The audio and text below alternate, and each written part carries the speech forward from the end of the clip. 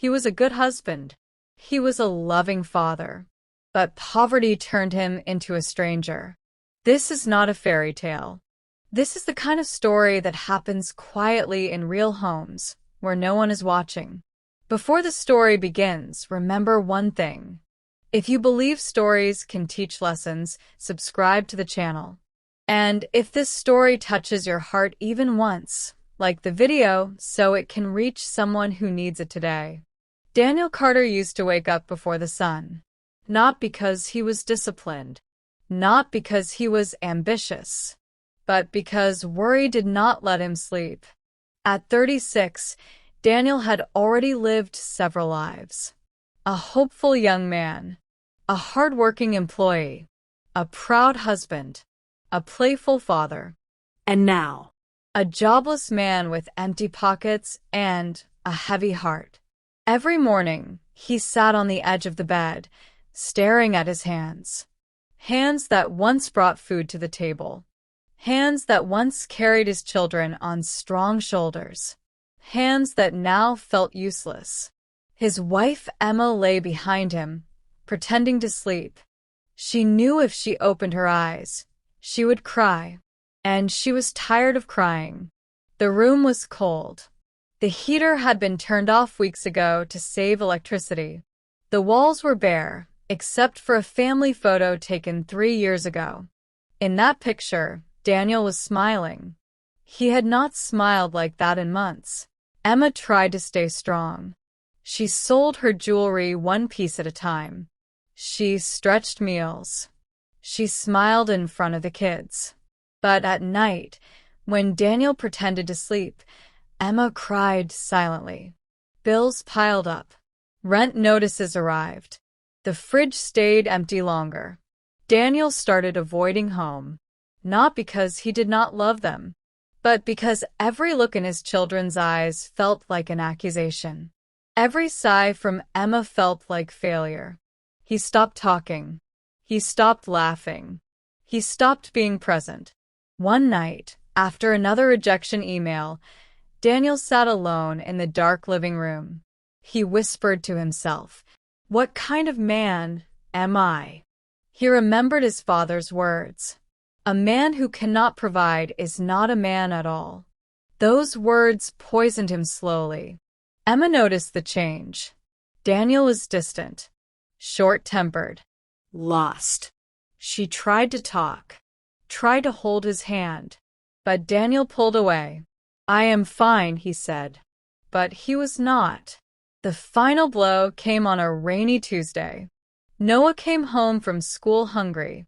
The school lunch program had ended. Emma had nothing left to cook. She handed Noah a glass of water and said, "Sleep early tonight, okay?" Noah nodded, brave beyond his years. Daniel watched this silently. That night, he packed a small bag. Emma woke up to the sound of a zipper. "Daniel, what are you doing?" she asked. He could not look at her. "I am going away for a while," he said. Emma sat up, panic in her voice. "Away where?" Daniel swallowed hard. "I am only a burden here. You and the kids deserve better." Emma cried, begged, shouted. But Daniel had already decided. Leaving felt easier than staying and failing every day. He kissed his children's foreheads while they slept. His tears fell on their blankets. He walked out without turning back. Emma collapsed on the floor. The children woke up to an empty house. Daniel slept in shelters, on benches, in cheap rooms when he could afford them. He searched for work endlessly, but rejection followed him like a shadow. Days passed. Weeks passed. Emma struggled alone. She took cleaning jobs, worked nights, left kids with neighbors. She aged quickly. Noah stopped asking about his father. Lily still asked every night, "When is Daddy coming home?" Emma had no answer. One evening, Emma received a call from an unknown number. "Hello, is this Emma Carter?" "Yes." "This is Mercy Street Clinic. Your husband Daniel was brought in today." Emma's heart stopped. He collapsed from exhaustion and hunger. When Emma arrived, Daniel looked smaller, broken. He cried like a child when he saw her. I failed you, he said. Emma held his face and replied, You didn't fail us by losing a job. You failed us by leaving. Silence filled the room. Daniel realized something painful. Poverty did not destroy his family. His silence did. Daniel did not return home that night. After Emma left the clinic, he lay awake staring at the ceiling. Machines beeped softly. The smell of disinfectant filled the room. For the first time in months, Daniel was warm and fed. Yet his heart felt colder than ever. He kept replaying Emma's words. You didn't fail us by losing a job. You failed us by leaving. Those words cut deeper than hunger. In the shelter of sickness, Daniel finally admitted the truth. He had not left to protect his family. He had left to escape his shame. When he was discharged 2 days later, he had nowhere to go. No home. No money. No pride. He walked the streets aimlessly. People passed him without noticing. Everyone was busy with their own lives. Daniel thought about Noah. How his son used to wait at the door every evening. How his eyes lit up when Daniel came home. He thought about Lily. How she used to fall asleep on his chest. How she whispered secrets only to him. And Emma, the woman who stood by him when he had nothing. The woman he abandoned when she needed him most. Daniel sat on a bus stop bench and cried openly. A man passing by stopped. You okay, brother? He asked. Daniel shook his head. I left my family, Daniel said, because I thought I was useless. The man sat beside him. My name is Robert, he said. I did the same thing 10 years ago. Daniel looked up. I lost my job, lost my confidence, left my wife and kids thinking they would be better without me. Robert paused. They were not. Daniel listened quietly. It took me years to realize something, Robert continued. Kids don't need a perfect father. They need a present one. Those words stayed with Daniel. Robert offered him help. A temporary bed. A small job at a local warehouse. It was not much, but it was honest work. Daniel accepted. For the first time since leaving home, he worked again. His body ached. His hands blistered. But every dollar felt like hope. He saved slowly. He did not call Emma yet. Not because he didn't want to, but because he didn't feel worthy. Meanwhile, Emma was drowning. She woke before sunrise, worked 2 jobs, came home exhausted. Noah had changed. He became quiet, serious. At school, when teachers asked about his father, he said, My dad is busy. Lily became clingy. She cried whenever Emma left for work. Every night, Emma lay awake questioning herself. Should I have stopped him? Should I have chased him? Should I have forgiven sooner? Some nights, anger replaced sadness. Other nights, love refused to die. 3 months passed. Daniel finally bought a cheap phone. The first number he saved was Emma's. He stared at it for hours. Finally, he called. Emma froze when she saw the caller ID. She almost didn't answer. Hello, she said. Her voice broke him. It's me, Daniel whispered. Silence. I'm working, he continued quickly. I'm trying to fix myself. I know I don't deserve forgiveness. Emma closed her eyes. The kids miss you, she said. Especially Lily. Daniel cried. I miss them every second. There was a long pause. Come see them, Emma finally said. But don't make promises you can't keep. That night, Daniel barely slept. When he knocked on the door the next evening, Noah opened it. The boy stared at him. You left, Noah said calmly. Daniel knelt. I did. And it was wrong. Noah said nothing. He walked away. Lily ran into Daniel's arms. Daddy, you came back, she shouted. Emma watched from the kitchen. Her heart wanted to forgive. Her mind was afraid. Dinner was awkward.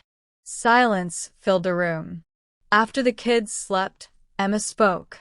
You broke us, Daniel. I know, he replied. I don't want to come back like nothing happened. I want to earn my place again. Emma studied him. No excuses. No anger. Only humility. You can visit the kids, she said. But trust takes time. Daniel agreed. He left that night with both pain and hope. Weeks passed. Daniel worked harder, saved more. He visited the kids regularly, helped Noah with homework, read stories to Lily.